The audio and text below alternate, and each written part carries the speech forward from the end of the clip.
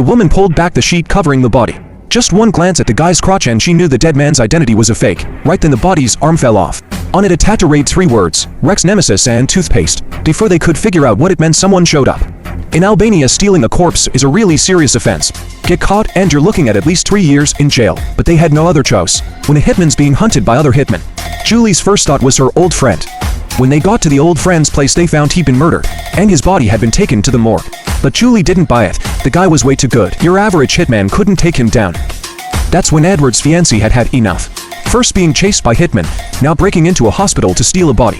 Edward confessed something to his fiancée. When they first met, he'd had an agenda. Back then, Edward had suddenly gotten an inheritance. He suspected it was from his biological father.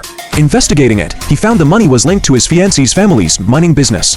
So he'd faked liking tennis to start seeing Kayla. When Kayla heard that she broke up with him right then and there, the mother didn't know how to comfort her heartbroken son. Just then the son suddenly thought of those 3 words on the body. He thought those words stood for geographic coordinates, clues left by his mom's old friend. With Edward on it, they quickly located a ruin. Julie was experienced. She was quick to tell everyone not to move a thing. To be safe, that old friend definitely would have set lots of traps. The man's name was Damir. He was Julie's contact before she retired. A few days earlier, some mercenaries had burst into his place asking for Julie's location. They'd stolen his logbook from him. They must have used that notebook to send Julie a fake mission. Then they put a bounty on Julie for every hitman out there. But that night around midnight, a gun was pressed to Julie's head. Turns out Damir had ratted her out. The so-called fake death and coordinates were just to make her let her guard down. No one's immune to that kind of catch, because the bounty was way too big. But just then they heard the click of a gun being caught.